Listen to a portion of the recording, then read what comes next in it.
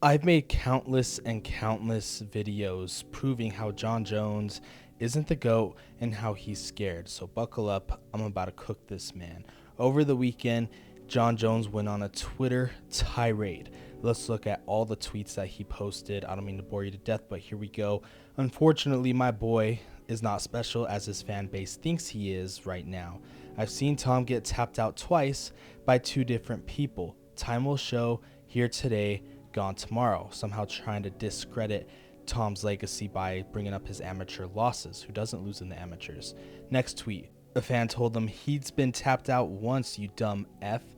Once, twice, to me, really makes no difference. My point is the kid's not special, and he has no top lip, which I also find annoying, LOL. What? Bro, what are you talking about, man? Another fan really gave him a piece of their mind by saying, "You're scared, really sad to see from someone who should be the GOAT." I agree. Jon said, "It really has nothing to do with fear. The question I asked my close friends and family is how much higher can a person like me climb in this sport? The goal is for athletes to build a brand and then take that brand and become so much more than an athlete. A lot of the fans and fighters are not used to seeing someone go out on top the way I have. I get that it's uncomfortable, and I don't expect people to understand territories that they've never been." Okay, again, just being a narcissist, absolutely no meaning, ducking these questions like he's ducking Tom Aspinall. It sucks to see the rest of the division get slowed down like this, but that has nothing to do with me. I don't pull the strings.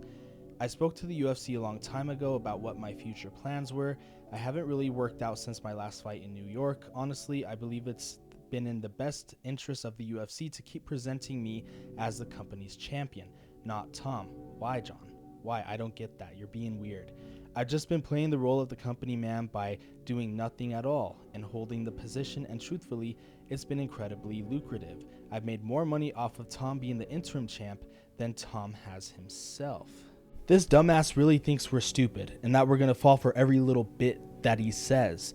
This guy is really trying to spin the narrative so much and justify his actions as to why he's not fighting Tom or as to why he's retiring right now. Yes, you could put the onus on the UFC like I've done in the past and say, yeah, they could easily strip him, but they're not doing that. And I could say how that's the UFC's fault as well. Nonetheless, we continue with all this bullshit that this man spews. How do you defeat Tom? By not even giving him the chance. What the fuck, dude? No, you got it wrong. Tom is retiring you without even fighting you. That's what this is. This man is such a narcissist. I have no idea how his wife or even his children put up with him at this point. This is insane, and I absolutely hate it how he just can't be honest. I don't think he has an honest bone in his body other than, yeah, I told the UFC my plans a long time ago. Bro, just say you're scared. At this point, you are scared, especially with the UFC meeting you with this fuck you money that you wanted. You're just scared at this point, bro, and that's okay to admit. I know cage fighters ain't supposed to be scared of nobody. This man is straight up scared. There's no other excuses. You could have said 5-10 months ago, oh no, they need to pay him his money. Okay, they pay him his money. Doesn't want to fight. But it gets even worse. Strip Tom and Jon of both their belts. I do not agree with stripping Tom because he is literally just waiting on an opponent, but nonetheless, Jon said, "There's an interesting take. Shit, I'm 37 years old. My body hurts everywhere, if I'm being honest." Oh wow, he's finally being honest. Funny how Tommy Boy holds zero shit talk because that's not in his personality. And remember, you can't strip a guy like me at this point. I give up the belt freely, than some fake French. Would Gon beat Tom? One fan asked, Honestly, I wouldn't be surprised. I see things like this happen all the time. Fighter allows me to become their whole identity. They're so focused on being the man. Meanwhile, the competition is lurking. The big mouth gets bit in the ass. What do you mean by that, Jon? Clearly, this egomaniacal pig sees everything on the internet. So, his dumbass would have saw that Tom doesn't care about Jon. He just wants the undisputed title attached to his name. He'll fight anybody to get it. Jon Jones is just the cherry on top of being the best heavyweight of all time and being the undisputed champion. He doesn't care about Jon. He cares about the belt. You be praying for that, a fan said. No, honestly, I wish Tommy no ill will. He is no threat to me whatsoever. He should start with just trying to be the best heavyweight of all time. That goal would be plenty. My career is on a completely different plan if we're being honest. I really don't hate on other fighters. I'm usually just responding to their envy. Oh my God! Drug test him now! Call this photo rent-free, kept the attention of an entire country. Bro, just shut up. Here's a long one. Just saw your DC interview where you dominated, saying nothing you can do to stop me from coming after you. You were unstoppable. What's going on now? No GOAT exits with the title strip or ducking? Why not retire after Stipe? Step up one last time. Don't let this be your legacy, a fan said, yet again holding him accountable. That's the problem with some young men, Jon said. You think your last outcome is your legacy. That's why many of you fall short. You can't find the strength to return. But there's the truth. Your legacy isn't your last move. Legacy is what no one can take from you. It's built over time, not defined by a single win or loss. If you are reading this, your legacy is far from over. We wake up each day with a chance to build, to add, to rise. Make yours beautiful. Oh, now he wants to say legacy doesn't mean what you've done last. Yes, it does. People are going to look back on this 10 to 15 years from now and be like, Jon Jones ran from not only one man, but from two. Francis Ngannou and Tom Aspinall. No one will look at all the champions he beat back when they were at the tail end of their careers. No one will look at all the up-and-comers that he beat on his title reign.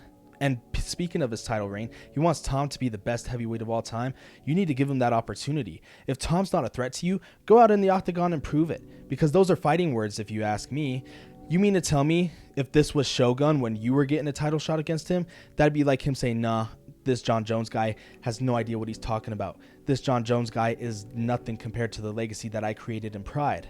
Okay, why didn't you keep that same energy with Thiago Santos? Why didn't you keep that same energy with Anthony Smith? Why didn't you keep that same energy with Dominic Reyes? Why didn't you keep that same energy with Glover Teixeira? Why didn't you keep that same energy with Daniel Cormier? Why didn't you keep that same energy with Rumble Johnson? Rest in peace. Although that fight never happened, you get my point. This man is just a narcissist and a manipulator, and he's no longer manipulating the fans. I'm not breaking any news. I'm not hating. I'm just holding this guy accountable for being a bitch. Now he is bringing up the viral petition. Instead of signing some petition, I'm going to need at least 205-page essays from Tom Aspinall fans around the world. Double-spaced MLA format. Convince me my team will pick their favorites and get back to you eventually. Now he's trying to outsmart us with some weird college degree type of format. Bro, stop. You're not fooling anybody. This is becoming so comical. This is where it gets crazy. I'm hearing Francis Ngannou. Remember that guy? I'm hearing Francis Ngannou is still interested. Now we're talking. That's a real super fight, a clash of champions, not just hype. He held the UFC belt. I've defended mine for over a decade. Not the heavyweight title. Two kings from different roads. Not just one legend facing a mouth that's hot right now. He's the interim champion, dummy. But two real legacies colliding. That's the kind of fight that actually adds something special to my story, at least from my point of view. Since you are the smartest person in the room, acting like you're freaking Ferris Bueller or something, what makes you think you could get away with this right here? You had a chance to fight Francis Ngannou. Do you not remember this? Do you not remember this? He had a chance to fight Francis Ngannou in 2021. Oh, and by the way, in 2022. Oh, and by the way, in 2023. Oh, and by the way, just for extra credit, in 2020. But no, he's like, I need to bulk up to heavyweight. Or, oh, I need to get off the steroids. I need to really find my true self at heavyweight. Bullshit. You ran from him. Straight up. Don't be talking shit from the other side of the road now. Don't be talking shit to the big dog on the other side of the fence now that he's not even in the UFC. That is straight up. Oh my gosh. This is getting my blood boiling. It is insane. Again, I'm not hating. I'm just presenting the cold hard facts and what everybody else is saying on the internet. If you could defend this man, you're what's wrong with this entire saga. You clowns thinking Francis would be that much easier because of the ground game. Tom has no ground game either. In English, black belt is like getting a participation ribbon. No, John's the clown. And Jon is the dumbass in this entire situation. He's just worried Francis would knock his head into the third row and knock out all the booger sugar that Jon has ever snorted and knock out all the steroids that Jon has ever ingested into his system off of just one body kick. Give me a break. And yeah, you wouldn't test that black belt on Tom's resume either now, will you? Because he would submit you so fast your head will spin.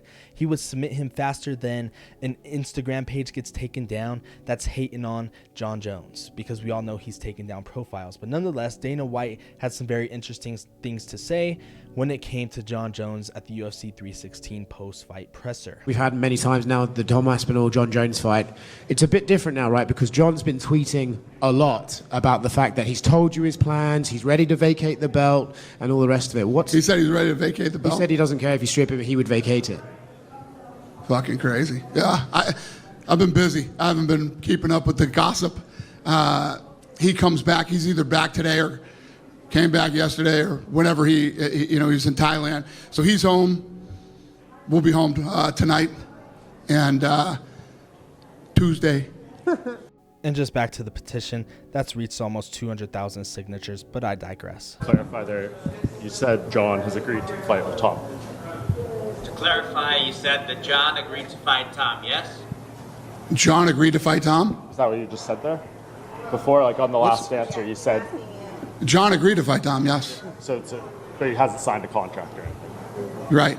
Dana said on May 13th, we'll get Aspinall versus Jones done. The heavyweight fight will happen. Relax. I'll announce that soon. Something tells me that this Twitter tirade that Jon went on was news to Dana White. I know Dana White is a master of social media and marketing, and he probably sees anything and everything, but I feel like in this situation, he really was blindsided by all this, because now he's having doubts.